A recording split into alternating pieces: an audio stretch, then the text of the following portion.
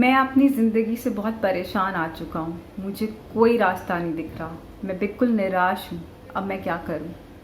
क्या आपने कभी किसी को ऐसा कहते हुए सुना या खुद को आपने कभी ऐसा कहा? मेरा नाम है लीना छाबड़ा और आज मैं लेकर आई हूँ इस प्रश्न का उत्तर। इस उम्मीद के साथ कि इस प्रश्न के उत्तर को पाने के बाद आप अपनी लाइफ में, अपनी ज़िंदगी में वो उम्मीद की किरण पा पाएँ जब भी आप ऐसी किसी परिस्थिति से गुज़र रहे हों, और साथ ही साथ वो हल्कापन महसूस करें। इस प्रश्न का उत्तर मैं आज दूँगी। एक बहुत ही सुंदर सी कहानी है जिसमें बहुत ही इन डेप्थ मीनिंग है। ये कहानी है एक राजा की। ये जो राजा था उसके पास कहते हैं कि विश्व का सबसे कीमती हीरा था, और वो जो हीरा है उसकी अंगूठी में लगा हुआ था। अब राजा की एक ही इच्छा थी कि वो अपने इस हीरे के नीचे एक ऐसा सा संदेश, छोटा सा संक्षिप्त में एक संदेश लिखवा कर रखना चाहता था जो उस अंगूठी में फिट भी हो जाए, उसके ऊपर वो हीरा भी आ जाए, ताकि वो अपनी आने वाली पीढ़ियों को बतौर तोहफे में ये दे सके। एज अ गिफ्ट वो प्रेजेंट करना चाहता था, और चाहता ये भी था इस इच्छा के साथ कि जब आने वाली पीढ़ी कभी भी किसी भी संकट में हो, ऐसी स्थिति में हो, तो वो इस संदेश को पढ़कर उसी समय उस परिस्थिति से बाहर आ सके। तो राजा ने क्या करा, अपने राज्य में ऐलान करवाया कि इसका ऐसे संक्षिप्त में मुझे कोई भी बताओ ऐसा ज्ञान जो कि मैं लिखवा कर इस अंगूठी में फिट हो जाए और आ जाए। तो बहुत से महात्मा, ज्ञानी, संत सब आए, परंतु किसी को ये नहीं समझ आया कि इतना छोटे में मैं क्या बताऊं जो किसी को उसी समय तुरंत आराम मिल जाए या उस स्थिति से बाहर आ जाए। तभी उस सभा में राजा का एक बहुत ही पुराना सेवक था जो बहुत ही वृद्ध था। वो राजा के पास आता है और कहता है कि महाराज, ना तो मैं बहुत बड़ा संत या ज्ञानी हूँ, परंतु हाँ, जब आप छोटे थे तो आपके पिताजी ने काफ़ी महात्माओं को बुलाया था। उनमें से एक महात्मा ने मुझे एक ऐसा संदेश दिया जो आपकी इस अंगूठी में उस हीरे के नीचे आ भी जाएगा।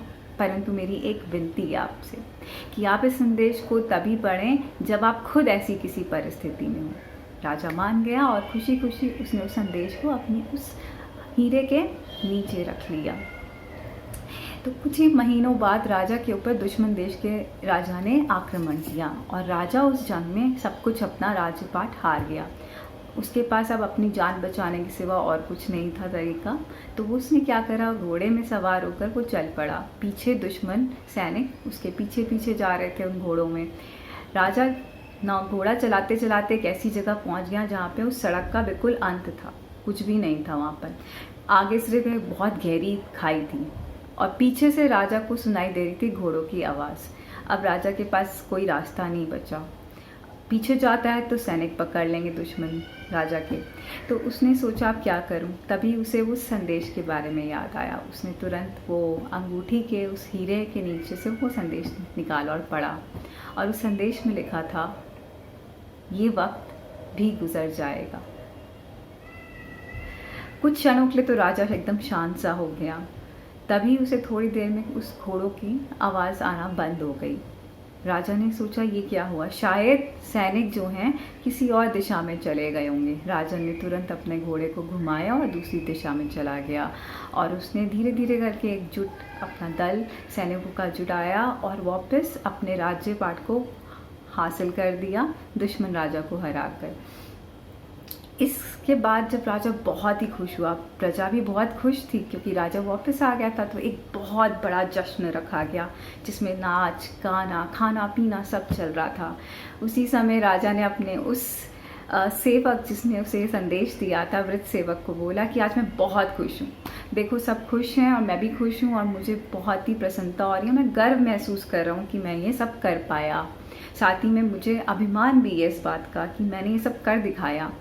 उसी समय उस सेवक ने राजा से कहा कि मेरी आपसे एक विनती है कि आप कृपा करके वो संदेश एक बार पढ़ें जो मैंने आपको दिया था। राजा ने कहा, पर मैं क्यों पढ़ूं, क्योंकि अभी तो मैं बहुत खुश हूँ, ऐसी कोई परिस्थिति नहीं है मेरी ज़िंदगी में, तो मैं क्यों पढ़ूं। राजा से फिर उसने आग्रह किया, तो राजा ने कहा ठीक है। राजा ने वो निकाला संदेश और एक बार फिर से पढ़ा, और उसमें लिखा था, ये वक्त भी गुजर जाएगा। राजा को उस सेवक की बात जो कहना चाह रहा था उसका ज्ञान हुआ। तब सेवक ने उस राजा से पूछा उस समय कि क्या आपने कुछ भी इन पीछे दिनों में कुछ नोटिस करा, आपने देखा कि आपके उस समय कैसे एहसास, आपके फीलिंग्स थे, तो राजा को रियलाइज़ हुआ कि जब वो दुख में था तो वो दुखी था, आज वो सुख में है तो वो सुखी है।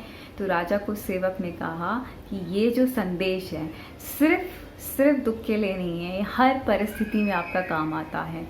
आपको बस इतना बताना है कि हर परिस्थिति को अगर आप एक्सेप्ट कर लें, क्योंकि ये सब बाहर की परिस्थितियां हैं जो कि परमानेंट नहीं रहती। हमारे जितने इमोशंस हैं, हमारी फीलिंग्स हैं, जो बाहर की परिस्थितियों से अफेक्टेड होती हैं, वो सब अंदर इमोशंस हैं जो क्रिएट करती है। और वो इमोशंस जो होते हैं कभी एक जैसे नहीं रहते हैं। दुख में दुखी, सुख में सुखी।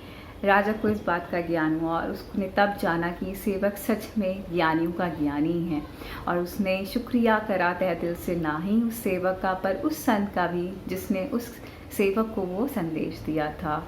कहने का अर्थ ये है कि कुछ भी परमानेंट नहीं है लाइफ में, तो क्यों अपने अंदर का हम अपना जो भी शांति है, उस पीस को हम स्थिर नहीं बना सकते। हम डेफिनेटली बना सकते हैं अगर हमारे को ये बात का ध्यान रहे कि हर पल में कोई भी पल एक जैसा नहीं है। हम सब हमेशा बुरे वक्त में तो याद रखते हैं कि ये वक्त भी गुजर जाएगा, दिस टू शैल पास।